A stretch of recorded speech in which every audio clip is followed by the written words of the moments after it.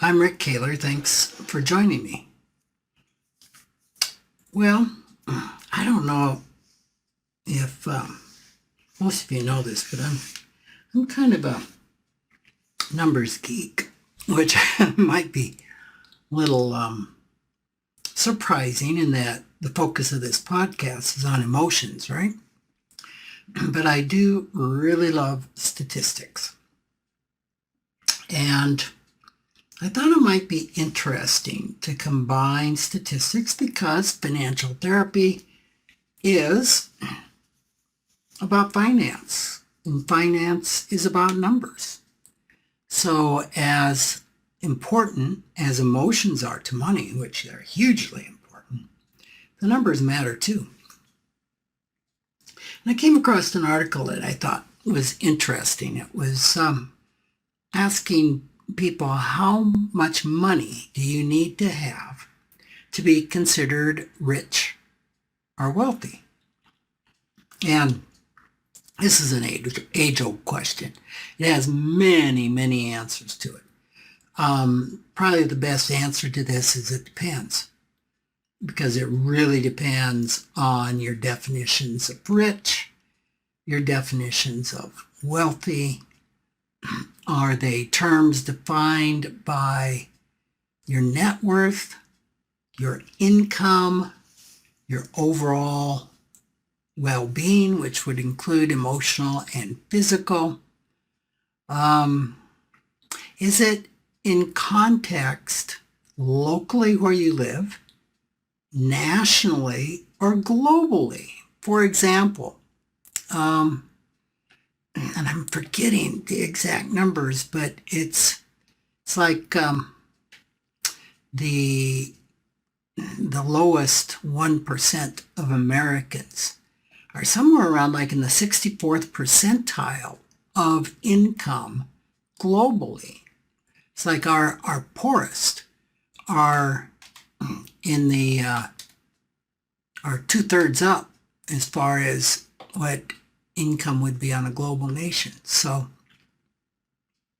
there's just a lot of factors here that can identify a person as rich in one context and impoverished in another. So today I think I'll focus on the U.S. And I've written a lot about this in columns before. Wealth can be measured in terms of income or in the terms of net worth. Now, IRS measures wealth in the terms of income. So when we're talking about wealth, when we're talking about a person being rich or considering ourselves, we really need to delineate. Are we talking about income? Are we talking about net worth? IRS says that taxpayers making over $540,000 or more are in the top 1% of income earners. Now, making less than a tenth of that at $43,600 puts a person in the median, in the 50% percentile. And poverty for a family of four in 2022 was $27,750 a year. So you can see there's a huge difference between poverty, middle class or median, or the top 1%. Now here's the rub. A large income doesn't mean you're rich, especially if you're living paycheck to paycheck. Now you might say, well, hey, $540,000 a year, I can afford quite a lifestyle. And that could be true depending where you live, right? In Rapid City, South Dakota, you'd probably do real well on that. But not as well. I mean, not poorly, but not as well in San Francisco or Washington, D.C. And you're not rich if you're making $540,000 a year, now that's before taxes. So you got to take a third of that in most states off the top, at least say 150, 200,000 for the after-tax income. And if you're spending $600,000 a year and making $540, you're doing that consistently, you're insolvent, you're bankrupt because you're spending more than you earn. I think I've told you that I once had a client who made around $5 million a year that had a net worth of a minus $3.5 million. So income does not indicate that you're rich. I just saw that, I think it was the New York Yankees signed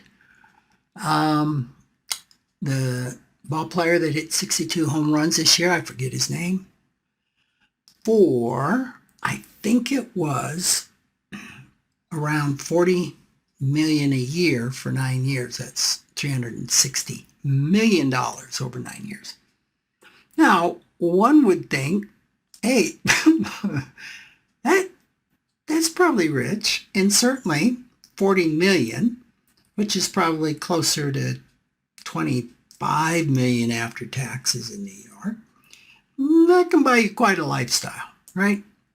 And certainly a person would have the opportunity to build wealth, but that does not mean that they will if all of that is spent on lifestyle. So I think a better way to measure wealth is in terms of net worth.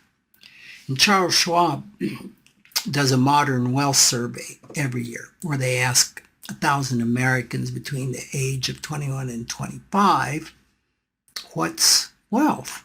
And they recently did this between February 8th of 2022 and February 27th of 2022.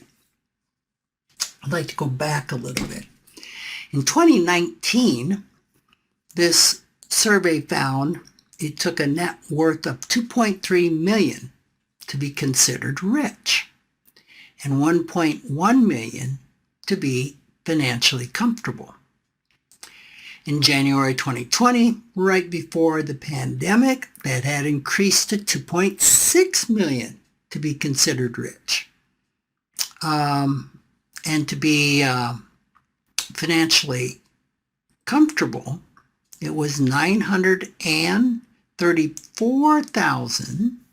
So it had actually slipped a little bit to be financially comfortable. In 2021, the amount to be rich dropped from 2.6 to 1.9 million, down 700,000 than from the year before. And to be happy was down, to be financially comfortable was down to 624,000, which was down quite a bit, a third, $310,000.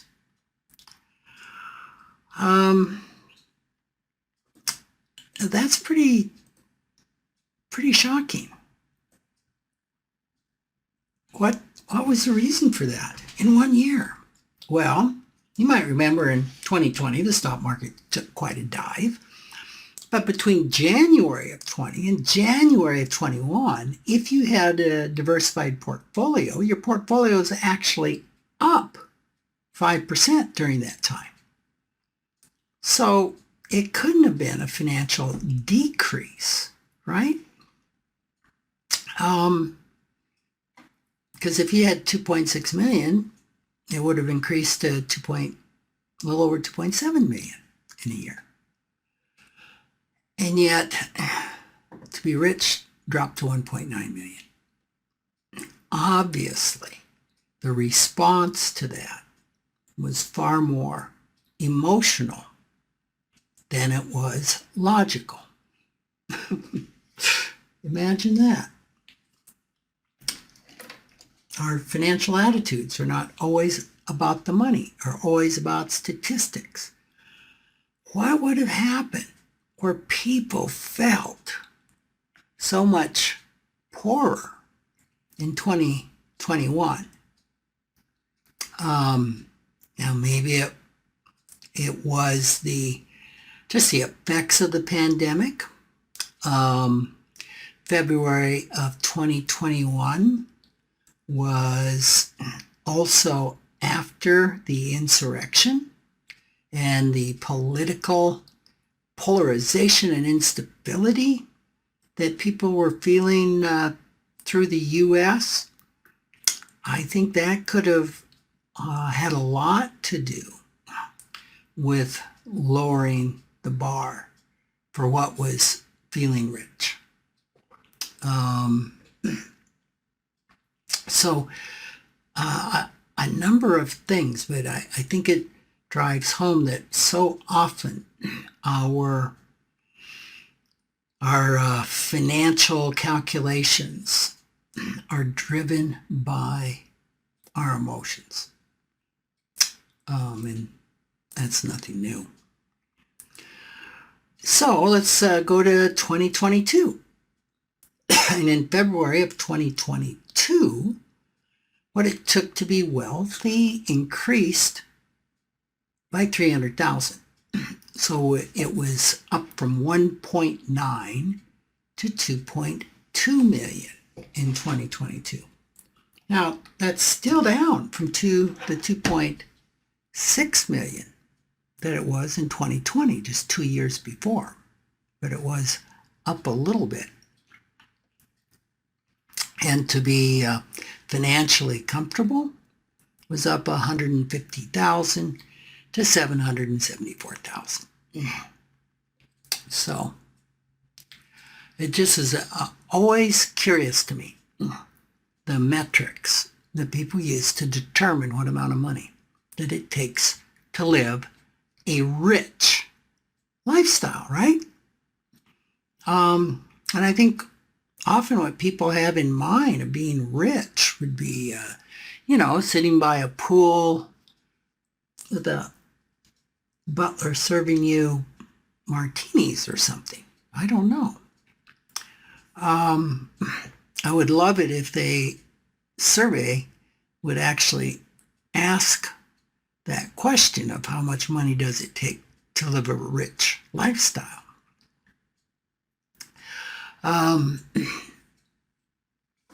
Because it's curious that when we do a little analysis on this amount of money, and we use 2.2 million, which is rich, according to the average person, that the amount of money that is considered being rich or considered being wealthy doesn't even come close to funding a lifestyle that most people consider rich. So for example, take a net worth of 2.2 million at age 65. Let's assume you're going to live for 30 years. And let's assume that you're going to die broke, which I don't recommend figuring how much income you can take a year by this method, because it means you're out of money by 95. Well, what happens if you're still alive and going strong at 95? Or what happens if you have some type of a crisis and need to dig into your principal before that? So this isn't a great way to look at wealth sustaining you, but nevertheless, let's do that, because that's how most people figure how long their money would last. So let's take 3.5%, which is around what a 30-year T-bill would be paying today. On 2.2, that's 119,616 a year until age 65. And if we add the average Social Security benefit to that, which is just under 22,000 a year, that would bring the retirement income up to just a little over $141,000. Now, that provides a comfortable, but I wouldn't call it an opulent lifestyle in Rapid City, South Dakota, I don't think it goes very far in San Francisco, where the cost of living is about 3 times higher than in Rapid City, South Dakota. And especially when you consider the after-tax cost of living in California, you would have $110,000 after taxes. Your money would go further in Rapid City, South Dakota, because we don't have a state income tax here, and the cost of living is far less. So again, we have to bring in that local influence when we're talking about rich, when we're talking about lifestyle. So let's look at the net worth of $774,000 in net worth that the 2022 respondents considered financially comfortable. That would provide a guaranteed income of low $42,000 a year for 30 years. If we combine it with the Social Security benefit, that would be just about $64,000 a year. Now, again, location matters. If you were living in Santiago, Chile, $64,000 a year would probably be a comfortable retirement. It'd be reasonable. It'd be a reasonable amount in Rapid City, South Dakota, but it's not going to go far at all in San Francisco, especially after taxes. So I don't know how comfortable that income or that net worth of $774,000 really is. Now this goes back to money scripts that we have, money scripts around dollars, where we lock on to this number of 1 million as being a lot of money. It gets into cognitive biases of where we form ideas in a nanosecond without really engaging our cerebral cortex and really thinking about what does that mean. We project all sorts of assumed facts onto these incomes, onto these amounts. And I can tell you, when I tell a client of mine, like my average client probably has a net worth of $2 to $3 million. And when I tell them that the average person thinks they're rich, their mouths drop open. They're like, you got to be kidding me. We are not rich. We do not live a rich lifestyle. And in fact, I would have my average client that had a worth of 2.2 million living on far less a year, or spending far less than $141,000 a year. I like to figure a 3% withdrawal rate, which would be what, $65,000 plus Social Security at 22, about $87,000 a year, because I want the money to last their lifetime and provide a cushion for them in the case of long-term care expenses and non-covered cancer costs and things like that can arise. So, and that's before tax. $87,000 a year before tax is not anywhere near an opulent lifestyle. So, the facts matter.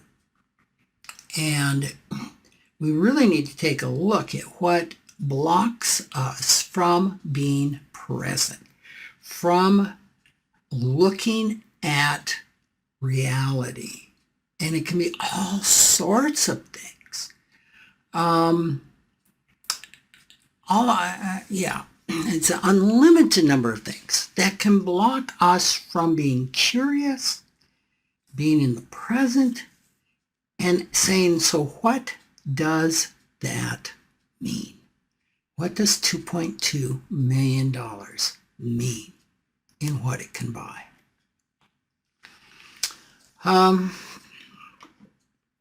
Another thing that was interesting in this survey is it found that Americans are really prioritizing their values when investing. We talked about this a few podcasts ago. They found that 73% of Americans agree that their values guide their investment choices.